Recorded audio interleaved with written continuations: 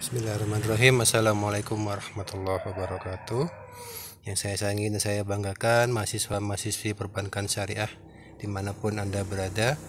Hari ini kita masuk ke pertemuan kelima kita, materi kelima kita pada mata kuliah ini, ekonomi makro Islam.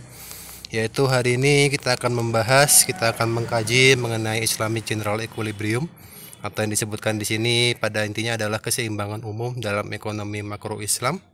Oke, seperti biasa sebelum kita memulai perkuliahan, mari kita awali dengan sholawat Nurul Anwar dan doa awal perkuliahan. Monggo sama-sama diikuti. Allahumma sholli ala Muhammad.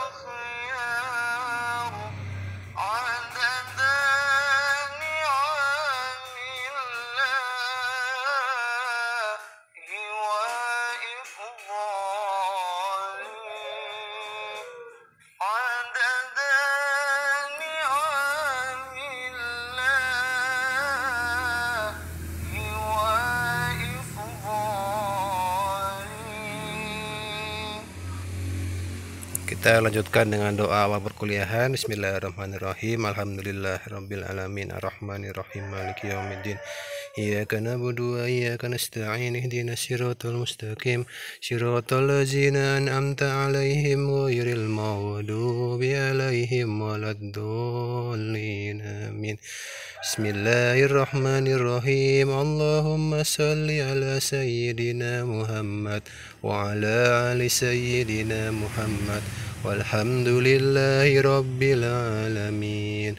Allahumma akhrijna min zulumatil wahmi wa akrimna binuril fahmi waftah lana abwabal ilmi wa zayyinna bil akhlaqil hasani.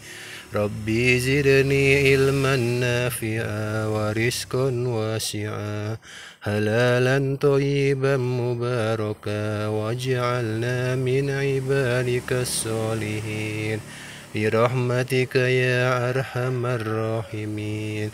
Wa sallallahu ala sayyidina Muhammad wa ala alihi wa ashabihi ajma'in walhamdulillahi rabbil alamin. Oke, sekarang kita masuk di materi ini. Pertama-tama kalau kita lihat dari segi pemaknaan, yang dimaksudkan dengan general equilibrium di sini adalah keseimbangan umum.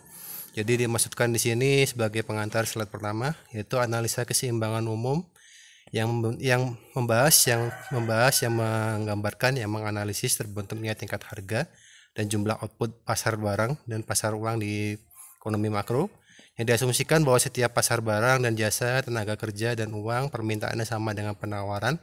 Tentu kalau kita membahas ekonomi makro, yang kita bahas adalah permintaan agregat dan penawaran agregat.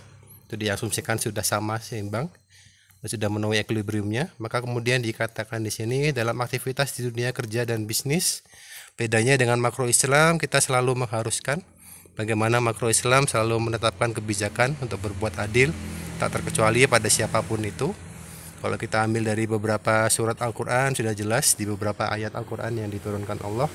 Dalam Al-Maidah ayat 8 dikatakan orang-orang yang beriman hendaklah menjadi saksi atas segala kebenaran, karena Allah adalah saksi yang adil. Dan jangan sekali-sekali kebencianmu terhadap suatu kaum mendorongmu untuk berlaku tidak adil. Berlaku adillah, karena adil itu dekat dengan takwa. Begitu juga di Al-An'am kita diminta untuk menjaga takaran, mensempurnakan takaran dan timbangan dengan cara yang adil.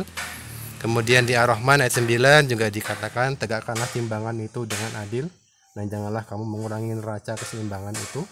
Jadi kalau kita pahami di Al-Quran sudah jelas sebagai pedoman utama kita bagaimana kita mengkaji ekonomi Islam, mengkaji ekonomi makro Islam juga ada di Al-Quran. Oke. Di slide berikutnya kalau kita lihat di sini ada salah satu kurva yang menggambarkan bagaimana itu Islamic General Equilibrium atau keseimbangan pasar di sektor real intinya. Maka kalau kita lihat di sini, monggo bisa dilihat di kurva di sebelah kiri atas, digambarkan di sini ketiadaan bunga dalam ekonomi Islam sebagai kondisi wajib menyebabkan ekonomi makro Islam memfokuskan segala aktivitas ekonominya pada sektor real, yaitu penciptaan barang dan jasa dan distribusinya dan konsumsinya. Maka kemudian dapat dipahami bahwa segala aktivitas ekonomi akan bermuara pada pasar sektor real ini, termasuk juga di dalamnya aktivitas investasi. Maka bisa dibaca di slide ini disebutkan aktivitas investasi secara khusus menjadi sektor yang sangat vital dalam ekonomi sektor real. Maka dengan adanya investasi, dengan adanya modal, dengan adanya uang yang kemudian dikeluarkan oleh para pengusaha, maka ekonomi sektor real ini bisa berjalan, pasar barang, pasar jasa bisa tercipta.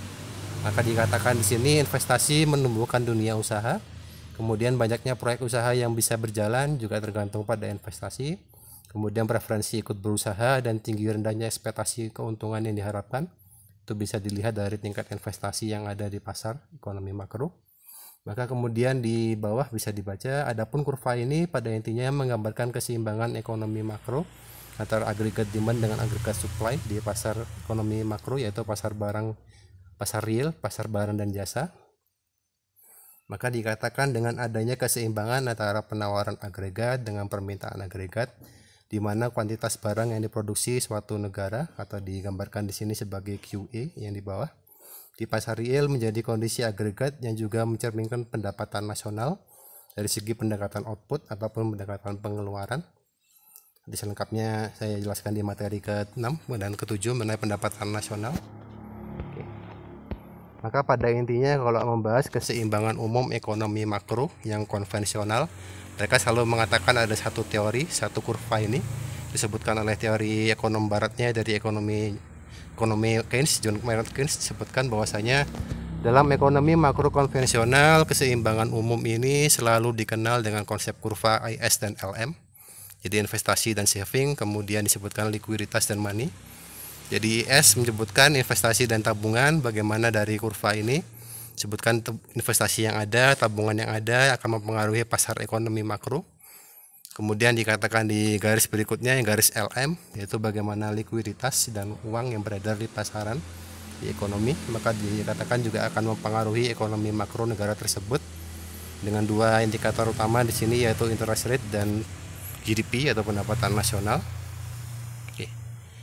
Kemudian kalau kita lihat dari segi kurva IS-nya sendiri, maka kita lihat di sini yaitu dikatakan sebagai pasar barang di ekonomi makro.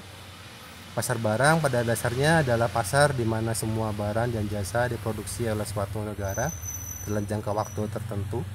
Jadi misalkan perusahaan makanan, perusahaan minuman, perusahaan tekstil, perusahaan manufaktur di negara tersebut dihitung tingkat produksinya, dihitung tingkat keuntungannya, dihitung tingkat investasi dan tabungan yang ada. Maka di situ muncullah yang disebutkan dengan kurva IS ini, invest and saving.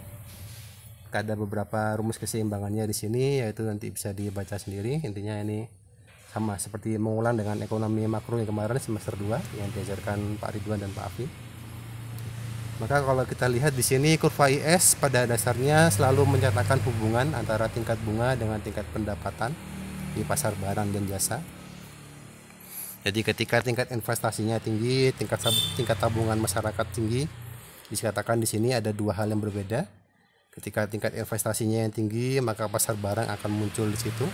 Tapi kemudian sebaliknya, ketika masyarakat memilih untuk tingkat savingnya yang ditingkatkan, tabungannya ditingkatkan, maka dikatakan investasinya otomatis menurun dan ekonomi sektor realnya juga akan menurun di negara tersebut. Dari kurva ini bisa dijelaskan seperti itu. Oke. Maka kemudian kita kaji berikutnya di sini yaitu konsep uang, investasi dan kurva LM konvensional, yaitu tadi likuiditas dan money. Disebutkan di sini pasar uang atau disebut bahasa Inggrisnya money market adalah pertemuan dalam suatu pasar untuk memperoleh demand dan supply dana jangka pendek. Jadi kalau kita pahami dana di masyarakat itu terus beredar, maka beredar dari pihak A ke pihak B, dari pengusaha A ke pengusaha B dan seterusnya, itu dikatakan sebagai adanya atraksi antara demand dan supply dana jangka pendek. Kemudian dalam pasar uang, valuta asing dikatakan diperlukan untuk membayar kegiatan ekspor impor, hutang luar negeri dan sebagainya.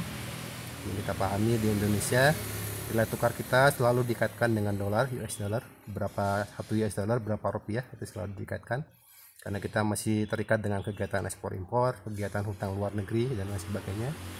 Kemudian John Keynes tadi menyebutkan dalam teorinya, yaitu teori preferensi likuidasi, menjelaskan bahwa motif masyarakat dalam memegang uang ada 3 macam. Formulasinya adalah sebagai berikut. Jadi adanya uang, masyarakat bisa melakukan transaksi, jual beli barang dan jasa. Adanya uang juga bisa untuk berjaga-jaga, disimpan dulu untuk kebutuhan di suatu hari nanti, suatu masa nanti. Kemudian dalam ekonomi makro dari Keynes juga disebutkan adanya uang bisa sebagai motif spekulasi. Maka tadi muncullah namanya pasar uang, pasar modal. Bisa membeli saham, bisa membeli obligasi, beli reksadana dan sebagainya. Itu dikatakan sebagai motif spekulasi dari masyarakat. Oke. Kemudian kita lihat lagi di sini yaitu pada aktivitas peredaran uang. Kalau kita lihat sistem ekonomi makro konvensional memandang uang tidak hanya sebagai alat bantu transaksi ekonomi, bahkan uang itu sendiri bisa menjadi objek transaksi. Yang kita pahami, kita punya namanya pasar falas. Jadi ada orang bisa membeli mata uang dolar, mata uang euro, mata uang pound sterling. Kemudian mata uang tadi disimpan, dan ketika suku bunganya tinggi, ketika nilai tukar rupiah kita jatuh, dia bisa menjualnya lagi atau mendapatkan keuntungan besar. Itu disebutkan dalam makro konvensional sebagai uang sebagai objek transaksi ekonomi itu sendiri. Maka dengan demikian konsekuensi perspektif ini membuat ekonomi menjadi meluas ruang lingkupnya, tidak hanya terbatas pada transaksi produktif, penciptaan barang dan jasa, tapi juga mencakup segala transaksi keuangan dan juga transaksi turunannya. Maka muncullah namanya pasar modal, pasar uang, pasar saham, pasar falas, reksadana, obligasi dan sebagainya. Oke.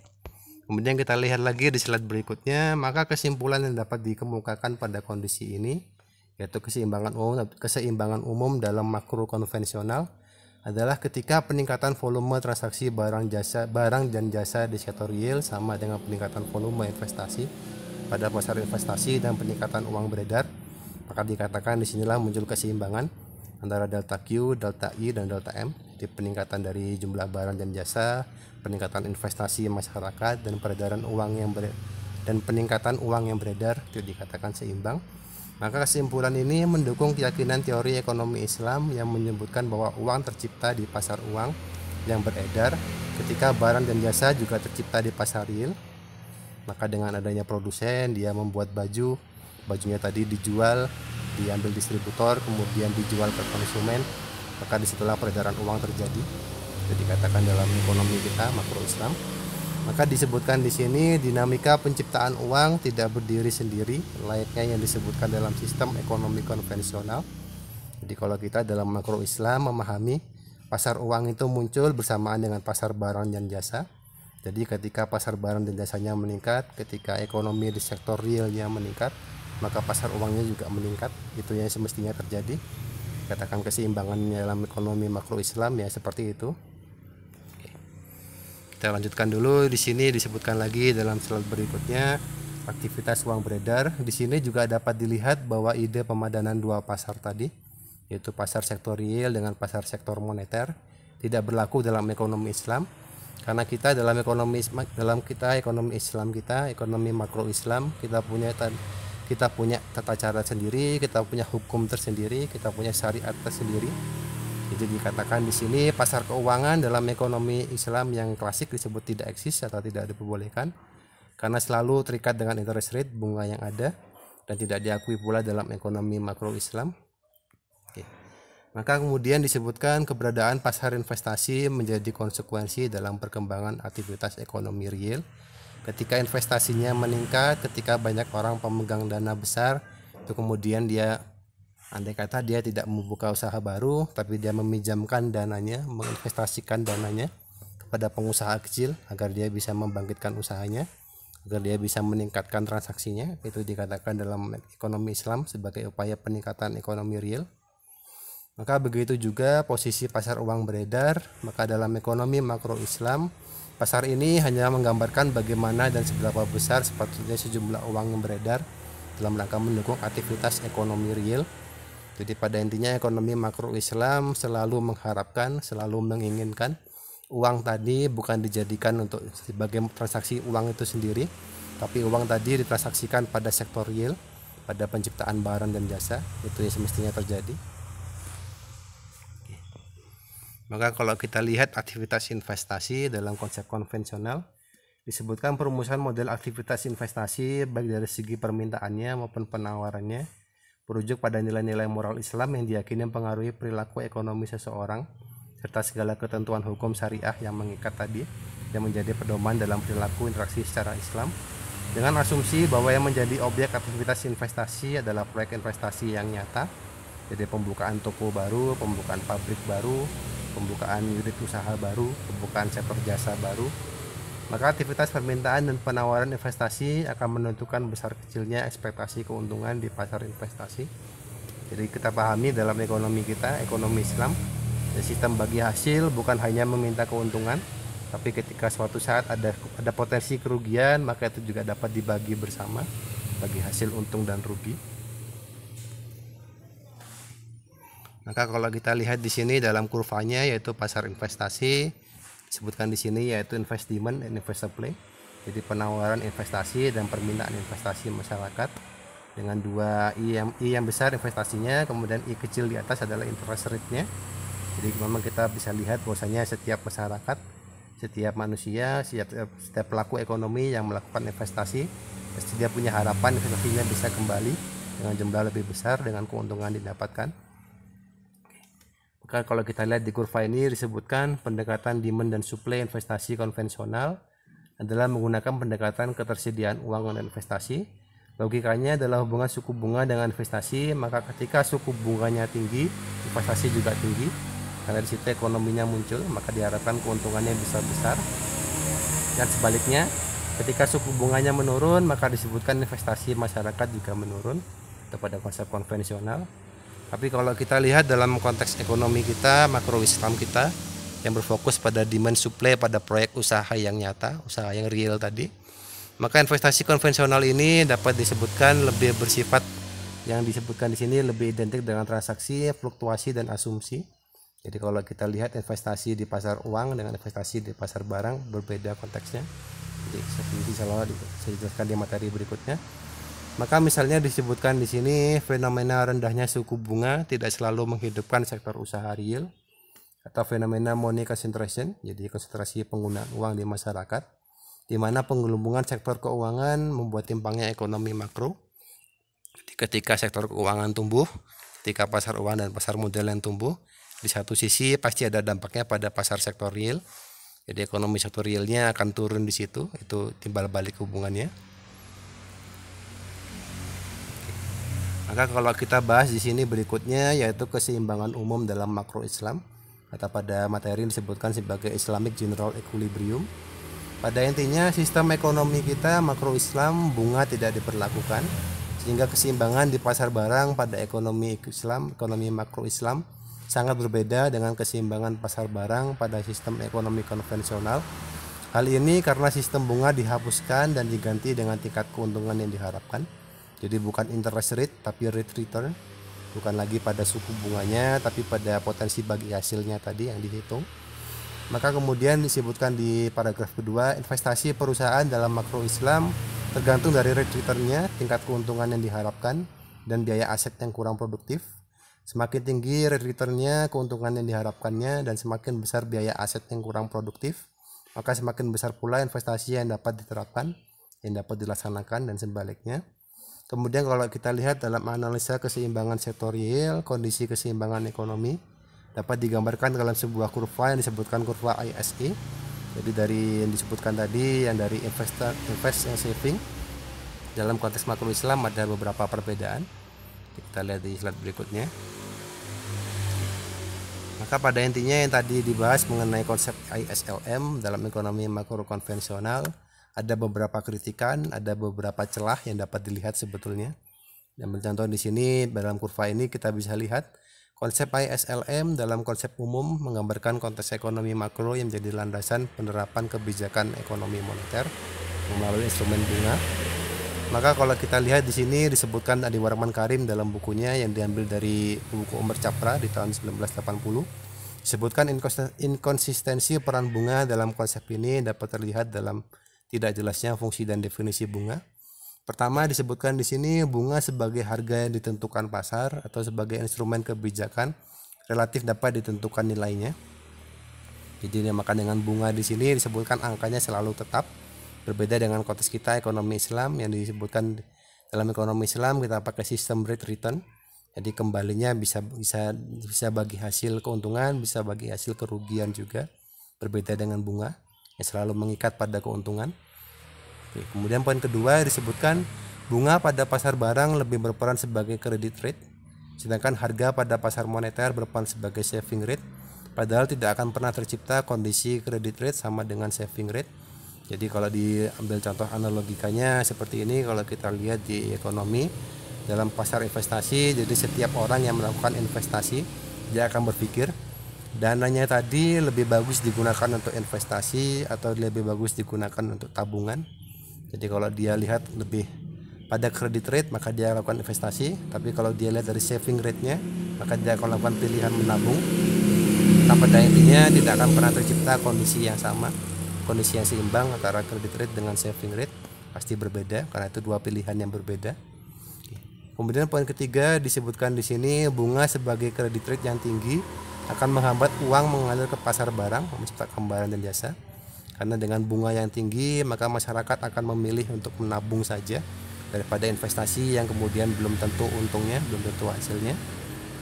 Apakah itu salah? Kalau kita lihat tentu bukan hal yang salah. Tapi dalam makro Islam itu bukan hal yang dianjurkan karena di situ tidak menumbuhkan ekonomi makro secara real. Oke. Sebaliknya bunga sebagai saving rate yang tinggi akan mendorong uang menumpuk di sektor moneter. Jadi kemudian kalau saving rate-nya yang tinggi juga ada masalah baru, maka di situ orang-orang akan memilih bermain di sektor pasar uang, pasar moneter. Lebih baik dia belikan valuta asing, dia belikan saham, dia belikan reksadana, dia belikan obligasi. Dikatakan ketika saving rate-nya tinggi maka keuntungannya akan besar di situ. Maka kenyataan-kenyataan inilah yang pada dasarnya tidak mampu dijelaskan dan diantisipasi oleh ekonomi makro konvensional. Ya, di slide berikutnya kita lihat lagi. Berkaitan dengan hal ini saya ambil dari buku Umar Capra Islam dan Pembangunan Ekonomi tahun 1985 telah menyatakan inkonsistensi teori moneter Keynes ini disebutkan adanya konsep keseimbangan umum ini, khususnya yang berkaitan dengan bunga sebagai variabel utama, variabel moderatnya. Pada keseimbangan tertentu, beliau menyatakan, Umar Capra tadi, beliau menyatakan bagaimanapun itu ketika keseimbangannya terjadi antara interest dengan suku bunganya dan adanya fenomena dalam pasar ekonomi yang nyata, maka disebutkan di sini tidak akan bertahan lama. Jadi ketika masyarakat berfokus pada konsep ISLM ini, pada akhirnya ekonomi makro itu tidak akan tumbuh. Karena masyarakat tadi akan lebih menggunakan dananya di sektor pasar uang, di sektor pasar modal. Yang dikatakan ketika credit rate-nya tinggi, maka dia akan lebih aman di situ. Kemudian ketika saving rate-nya yang tinggi juga sama, dia akan lebih pilih bermain di pasar uang, di pasar modal. Itu yang sudah digambarkan oleh Umar Capra pada tahun 1985. Oke. Maka kalau kita lihat pada intinya secara sederhananya dapat digambarkan seperti ini. Konsep ISLM dalam ekonomi Islam, makro Islam, sistem konsep keseimbangan umum ekonomi makro yaitu ISLM disebutkan bahwasanya ada pembatasan fungsi uang, di mana fungsi uang dalam ekonomi Islam hanya sebagai alat bantu transaksi produktif barang dan jasa. Uang itu tidak dapat diperkenankan menjadi komoditas tersendiri yang kemudian memiliki pasar yang unik seperti pasar valuta asing, pasar modal, pasar saham, reksadana. Kalau kita lihat dalam perspektif fikih Islam klasik, tidak dikenal adanya pasar uang karena pasar uang ini rentan penipuan, rentan kezoliman, ada unsur riba di situ sangat besar sekali, ada insider trading, ada window dressing dan segala transaksi lain yang tidak jujur. Dikatakan dalam fikih Islam klasik tidak pasti mengharamkan pasar uang. Kemudian kalau kita lihat lagi di slide berikutnya konsep ISLM dalam makro Islam, pada intinya yang kita lihat tadi John Keynes mengatakan ada 3 teori: preferensi likuiditas, Itu motif transaksi, motif berjaga-jaga, dan motif spekulasi. Sedangkan kita dalam ekonomi Islam, dalam ekonomi makro Islam, kita tidak pernah mengenal adanya spekulasi, yang ada hanya motif transaksi dan berjaga-jaga. Sehingga permintaan uang dalam ekonomi Islam, dalam makro Islam selalu berhubungan dengan tingkat pendapatan. Jadi ketika pendapatannya tinggi, dilogikakan masyarakat akan punya opsi untuk melakukan investasi, untuk membuka usaha baru, atau meminjamkan dananya kepada pengusaha kecil. Itu dikatakan sebagai opsi yang ada. Kemudian besarnya persediaan uang tunai akan berhubungan dengan tingkat pendapatan dan frekuensi pengeluaran. Jumlah uang yang diperlukan dalam ekonomi Islam hanya memenuhi kedua motif tersebut, motif transaksi dan motif berjaga-jaga. Kita lihat lagi di slide berikutnya konsep ISLM dalam ekonomi makro Islam. Intinya disebutkan di sini pada tingkat tertentu di atas yang telah ditentukan akan dikenakan zakat atas aset. Jadi kita pahami di ekonomi Islam kita, makro Islam kita punya kewajiban ziswaf, kita diharuskan berzakat, kita disunahkan berinfak, sedekah dan wakaf pada dana kita yang pada kelebihan dana yang kita miliki, pada aset yang kurang produktif. Maka suatu hal yang penting di sini adalah bahwa pemerintah memelihara keseimbangan tidak dengan meningkatkan penawaran uang, tetapi dengan menaikkan biaya atas uang yang menganggur. Jadi semestinya pemerintah lebih fokus pada sektor realnya saja. Sektor realnya dibangkitkan, sedangkan pada sektor moneternya bisa dikenakan pajak yang tinggi, bisa dikenakan suku bunga yang tinggi, menaikkan biaya yang tinggi atas uang menganggur. Jadi uang ini diharapkan tidak menganggur di satu sisi sektor moneter saja, tapi pada sektor realnya juga tumbuh, itu intinya. Maka dikatakan di sini hal ini akan menjamin bahwa penawaran uang tidak akan sampai ke tingkat yang rawan inflasi sebagai reaksi atas peningkatan permintaan uang yang kemungkinan terbelanjakan, kemudian tanpa mengaruhi peningkatan akan barang dan jasa. Juga penting dibahas di sini bahwa yang dimaksud dengan biaya atas uang yang menganggur adalah pajak yang dapat dibebankan negara bila mengalami tingkat inflasi yang tinggi. Jadi untuk menekan inflasi, pemerintah bisa menerapkan pajak pada sektor pasar modal dan pasar uang. Jadi pada intinya harapannya masyarakat tadi yang kelebihan dana tadi, dia tidak lagi bermain di pasar uang, tapi kemudian dialihkan di sektor yang real saja. Intinya mengenai inflasi nanti kita bahas di materi ke-8. Oke. Maka disebutkan di sini konsep ISLM dalam ekonomi Islam, dalam makro Islam. Jadi dapat dikatakan bahwa ekonomi makro Islam tidak punya konsep keseimbangan umum real dan moneter dalam sebuah sektoral, konsep ISLM. Konsep keseimbangan umum dalam makro Islam lebih sebagai sebuah keseimbangan struktural satu sektor saja, di mana keseimbangan umumnya identik dengan keseimbangan di pasar real atau barang dan jasa. Itu konsep IS, konsep tabungan dan konsep investasi dan tabungan, itu yang dibahas. Karena kalau membahas konsep LM-nya yaitu likuiditas dan uang, itu akan rawan pada namanya riba yang kita pahami dengan suku bunga. Terakhir kalau kita lihat di sini yaitu konsep keseimbangan umum makro Islam. Di sini saya ambil dari websitenya Bank Indonesia bi.go.id. Pada intinya dari pemerintah pun, dari Bank Indonesia sebagai bank sentral kita, sebagai penentu kebijakan moneter kita, penentu kebijakan makro Indonesia, dapat dilihat sudah punya namanya gambaran, sudah punya namanya roadmap, sudah punya rancang bangun bagaimana membentuk namanya keseimbangan umum makro Islam. Jadi kalau kita lihat di sini bentuknya seperti sebuah fondasi bangunan, ada atapnya, ada dindingnya, ada fondasinya, ada lantainya. Kalau kita lihat di sini pada intinya sebagai rooftopnya, sebagai puncaknya, sebagai atapnya adalah diharapkan mendukung terwujudnya Indonesia sebagai pusat ekonomi dan keuangan syariah dunia. Kemudian untuk mendukung tujuan utama tadi ada beberapa target capaian, yaitu peningkatan usaha syariah, itu diharapkan. Jadi usaha di sektor realnya diharapkan oleh Bank Indonesia itu yang tumbuh. Kemudian kedua, pembiayaan keuangan syariah. Jadi bukan investasi di pasar modal, tapi sebutkan di sini poin keduanya yaitu pembiayaan keuangan syariah. Dengan dana yang ada, dengan uang yang ada, diinvestasikan di sektor real, itu tujuannya. Kemudian yang ketiga, tingkat kedalaman pasar keuangan, itu juga dibahas. Karena bagaimanapun manusia akan selalu punya pilihan. Apakah dia memilih untuk berinvestasi, untuk berbisnis, untuk berekonomi di sektor real, atau kemudian dia bermain di sektor keuangan sebagai pilihannya. Maka kemudian di sini tingkat kedalaman dan tingkat literasinya juga dibahas. Bagaimana masyarakat paham, bagaimana masyarakat mengetahui bagaimana investasi yang baik, bagaimana pasar modal dan pasar uang yang baik, sistem tabungan, sistem saham, sistem obligasi, reksadana syariah.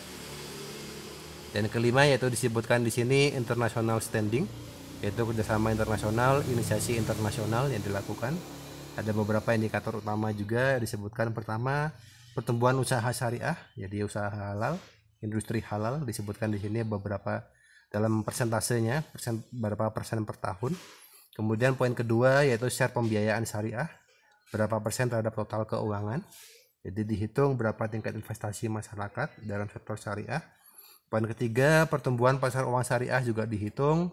Kemudian poin keempat, indeks literasi. Jadi kalau membahas literasi, ini sebagai tugas kita sebagai akademisi, bagaimana kita bisa memahami ekonomi syariah kita, bagaimana kita memahami makro Islam kita, dan kemudian kita bisa mengajarkan kepada teman kita, pada keluarga kita sebagai upaya literasinya. Oke. Maka ada beberapa strategi utama, ada beberapa program kerja utama, kemudian strategi dasarnya juga pada intinya kalau kita lihat, yaitu di sini disebutkan kebijakan ekonomi syariah daerah, kebijakan ekonomi syariah nasional, dan kebijakan ekonomi syariah internasional. Yang pada intinya kesemuanya ini diharapkan dapat membangun, dapat meningkatkan ekonomi makro Islam di Indonesia secara seimbang. Jadi masyarakat tetap boleh, misalnya dikatakan tetap diperbolehkan untuk bermain di sektor saham, sektor reksadana, sektor obligasi, selama tadi sahamnya yang syariah, yang tidak ada penipuan di situ, tidak ada unsur ribanya di situ. Kalau kita bahas di dalam sektor saham Indonesia ada namanya G20, yaitu Jakarta Islamic Index, beberapa saham syariah yang bisa kita pilih. Oke, kesimpulan dari materi hari ini yaitu Islamic General Equilibrium. Pada intinya kalau kita membahas keseimbangan umum dalam ekonomi makro Islam, yaitu tercapainya kesejahteraan dunia dan akhirat yang akan terpenuhi jika seluruh aktivitas ekonomi manusia memiliki nilai ibadah, tujuan ibadah kepada Allah. Kesejahteraan ini, kemakmuran ini tidak dijadikan sebagai tujuan hidup, namun sebagai wasilah. Jadi dengan kekayaan yang dia miliki, dengan banyaknya dana yang dia miliki, dia bisa berinvestasi lebih banyak, dia bisa berzakat lebih banyak, dia bisa berwakaf produktif lebih banyak. Itu tujuannya. Itu sebagai wasilah atau perantara bagaimana harta yang dimiliki untuk mewujudkan perintah Allah, untuk beribadah kepada Allah. Maka seperti yang kita lihat dalam Quran surat Al-An'am ayat 162 disebutkan bahwasanya sesungguhnya sembahyangku, ibadahku, hidupku dan matiku hanyalah pada Allah, Tuhan semesta alam. Tidak ada tujuan lain, semuanya berujung pada ridha Allah. Itu yang kita harapkan, itu yang akan kita usahakan, itu yang kita ikhtiarkan dalam hidup kita, insya Allah. Oke, mungkin sekian yang bisa saya sampaikan mengenai pertanyaan tentang materi ini. Seperti biasa bisa dituliskan di kolom komentar atau saya berikan nilai kreatifan kelas. Oke, sekurang-kurangnya mohon maaf, saya akhiri. Allahul muwaffiq ala aqwamit thoriq. Assalamualaikum warahmatullahi wabarakatuh.